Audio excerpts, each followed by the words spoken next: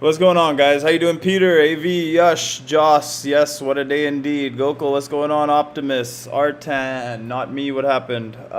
So hopefully it doesn't lag today. Let's see what happens. If it does start lagging, I'm sorry, guys. My computer gets super hot because I'm trading all day. But if it does start lagging, just watch it later on. When it reposts, when it actually posts on YouTube, it doesn't lag as much. So let's start it up. Finally, we got that bounce. Finally, a little relief from the Bulls. The Bears have been in full control 4 days now. Let's take a look. Yeah, so we blew through a bunch of resistances today. So if you're just looking at SPY alone here, this candle does not tell me much at all. It was one day, it was really good, it was fun. What's up, Gravinder, Scrooge, what's going on? Joe Queen, hopefully. Okay, no lag today, thank you. Thanks, Yash. So obviously, if you look at the daily candle on SPY alone here, this doesn't really tell you much. We didn't even get over yesterday's high of 436.77. This could completely be a dead cat, and Monday we could just dump 10 more points. So right now, there is no clear direction in the market. For me, right now, bears are still in control. Why do I say bears are still in full control? You get wicked bounces in a bear market. I know a lot of you guys have been trading. You haven't even seen a bear market. You're just used to buying the dip, buy the dip, buy the dip, buy the dip, buy the dip. But right now, this is full bear territory still. September, October are notorious for being the weakest 2 months in the stock market every single year, and it's playing out again. September was super weak. What's up, Bikram? How you doing, brother? So, SPY, we had this massive, look at this, just a big gap down, and then a big bounce, right? We even got back into the gap and just went sideways, and then finally we filled that gap to the upside, and then we fell down again. Bear flag, breakdown, and now is this another bear flag or do we completely reverse? It's very hard to tell. If anyone tells you they know what's going to happen in the market next week, they do not. They might have a bias, but don't really care. So the daily's fully consolidating on SPY. Let's check the weekly here if I can click it properly. There it is. Weekly, again, that's a weird candle. We didn't even get over your last week's high, so this could continue to consolidate. Remember, September and October last year were the worst months since COVID started. We completely dumped, and right now we are holding the 21-day barely on the weekly. Let's zoom out a bit. And if you look at the chart, I mean, we've been straight up in a line. We are due for some kind of pullback. Let's see if we get it this month. If you see here, last October, what is going on? Oh, this is a weekly, yeah. So last September was like this. Look at this. August, end of August, we went straight down 3 weeks in a row. The fourth week we bounced. And then we bounced for halfway through October till October 12th. And then 3 weeks straight down again. Do we get the same move? Look at this. September, first 3 weeks dump. September, first 3 weeks, or we got 2 weeks of pullback. And then the third week we popped a little bit. And the fourth week, we kind of just stayed there. We held just because of today. This candle only looks decent because of today, this weekly candle. Other than that, there is no clear direction on SPY. In my opinion, the indexes were still due. I'm in favor of the bears here still, but the size of the bounce today was good. So SPY, these are the only two levels you need to be watching for Monday is 436 to the upside and 427.70. 427.23 to the downside. Just mark those two lines there.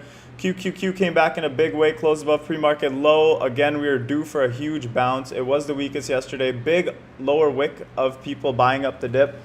But we did take this out. This is a picture perfect bear flag. You see this all-time highs, and then we gap down, bear flag, and crap down again. Is this another bear flag, or do we rip right back up to highs? There's not that much good news in the market right now. Everything is negative sentiment. So unless some of that stuff gets cleared up, we will not go back to all-time highs. Today was the start of it. I mean, a pill for COVID definitely helps. Definitely very bullish for the economy and the market. So keep an eye on QQQ. The level to break to the upside is still 362.70, which was yesterday's high. 362.68, and to the downside, I still use yesterday's low because today was just a relief rally in my opinion. 357 to the downside and 362.68 to the upside. So watch those two on QQQ. XLF strong as well, closed well above the pre-market highs. Nice little comeback, but we did reject yesterday's high. Yesterday's high was 38.36. We rejected at 38.41 and a big upper wick of profit taking. So let's see if we're stuck in this zone for a while unless we break to the downside or the upside. The levels are 38.36 to the upside, 37.50 to the downside on XLF. IWM definitely the strongest sector by far here. We actually closed below yesterday's low. When I looked at it last, we were above it, so it looks like we dumped into the close a little bit there. Not bad. I mean, we did close very, very high. We did close above the level. The level is at 22261. That was the resistance, and we closed at 22230. So we did close within the range. Let's see if we stay range bound or if we rip up to the upside or to the downside. Short term next week should be bullish. We might get a 1-2 day bounce if it's good. If we don't get a 1-2 day bounce and it's bearish on Monday, this is we're gonna likely go a lot lower.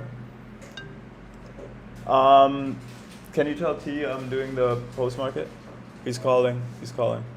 VIX. So VIX, this is what I was watching on VIX today. We've seen this. I posted this morning. We needed to break through 2474 to convince me that we are going higher on the VIX. We did stop exactly there. The close, we closed at 2114, so we closed well down there. We almost had a bearish engulfing candlestick on the VIX. So VIX is just an indicator. You cannot use this like to time your entries and stuff, but other than that, rejected off the same level 4 times in a row, and we went straight down. So if VIX comes down and we break this higher low of 1763, so that's the number you need to watch now, 1763. If we break under 1763, this market's going back to all-time highs in my opinion. But for right now, we're just in a range between 2474 and 1763. Let's see if we break to the downside or upside. Bitcoin came back in a big way. Powell said yesterday they're not banning crypto. Falling wedges. You guys need any more proof why it's my favorite pattern? Look at this. Falling wedge. Every single person I seen on Twitter was like, Bitcoin's done. It's going to 0. Bitcoin's going to $1. Blah, blah, blah. As soon as I seen everyone start being bearish, I jumped in long at Bitcoin at 30K. We were selling up here in the 50s. And then it just formed the exact same pattern. Look at the similarities between this falling wedge and this falling wedge. Breakout. And we closed above the 0.618 fib level at 47831. Actually, we still have 3 more hours to go, but we do need to close above this 47831. So call it 47,800. Close above there on the daily in 3.5 hours will be very bullish. And the next level we see up here is 50K. So let's see if Bitcoin can make a momentum move all the way up to 60K again. Let's close this one, go into some individual stocks. Don't you worry, Arton. I got another tab open for you. If this one ever wants to close, there we go. All right, so Amazon, super weak. I called out 3400s for next week. What's going on, Gravesh? How you doing?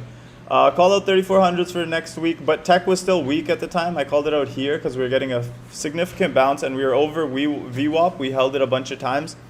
And as soon as we broke under this support right here, I cut the calls for next week because tech was still weak. Obviously, if I held, they probably would have been up end of day. I don't care. I made a lot of money today.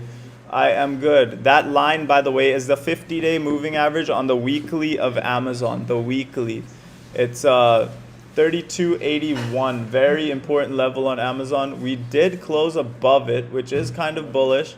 But again, you can't just use that one support and just buy into Amazon. We have to wait for confirmation. And right now, what I'm waiting for is a crossover 3328. 3328, you can scalp some Amazon calls. Other than that, it looks weak compared to the rest of the market.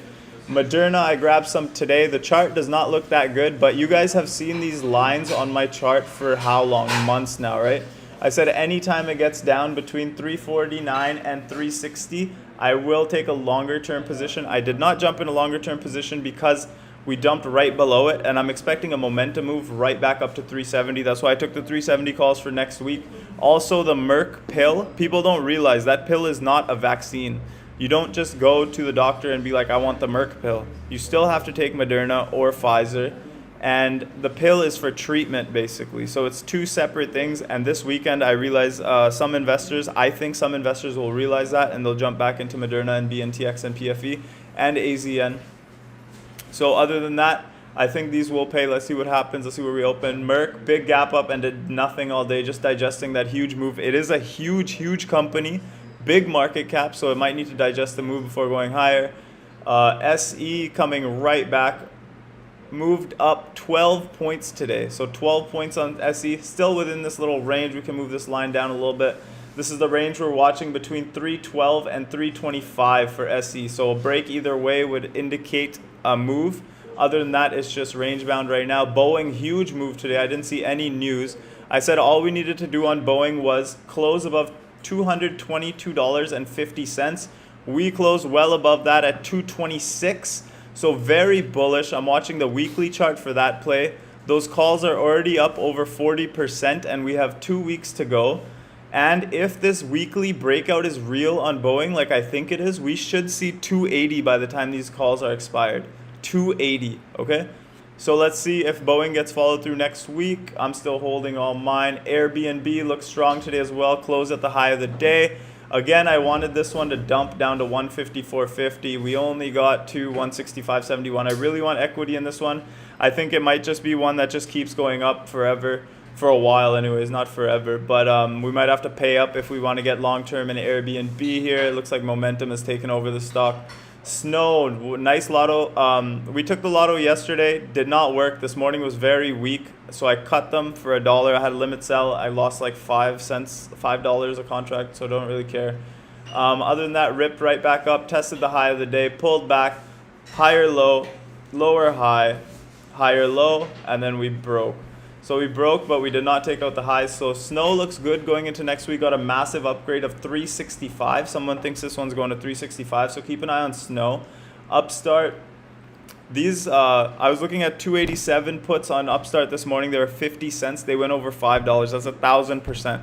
I was too busy selling my MRK and this Snow piece of shit, and I missed this UPST, but we'll catch it next time. Violent moves up equal violent moves down. Volatility goes both ways, guys. It's been holding that 8-day moving average all the way up, except for one day. And then the next day was weak as well. I should have known this dump was coming, but I did not time it properly. So let's see what happens to UPST. Let's see if it holds a 21-day or breaks below. Remember, it went up so fast, it might go down just as fast. GME, we had the calls, didn't work out, whatever, it just went sideways. I think this one rips next week. Meme stock looks strong today. They all ended in hammer candles.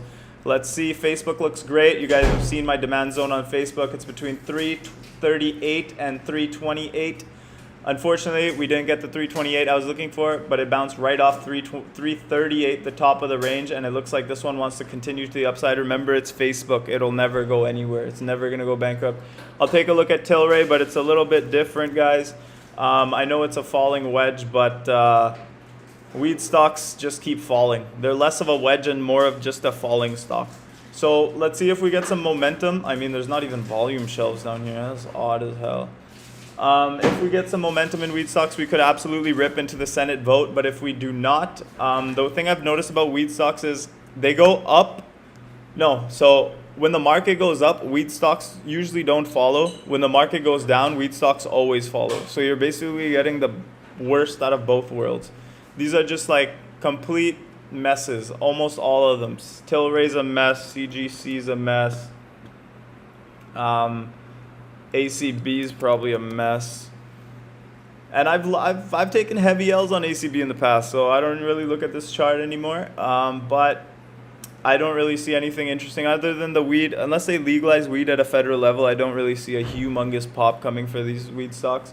I think you're going to have to hold another 2-3 years to get really paid on them. Other than that, short term, I don't really like them. You guys know how many times I've failed Tilray Lottos. Huge volume comes in, they take it right back down. I don't know.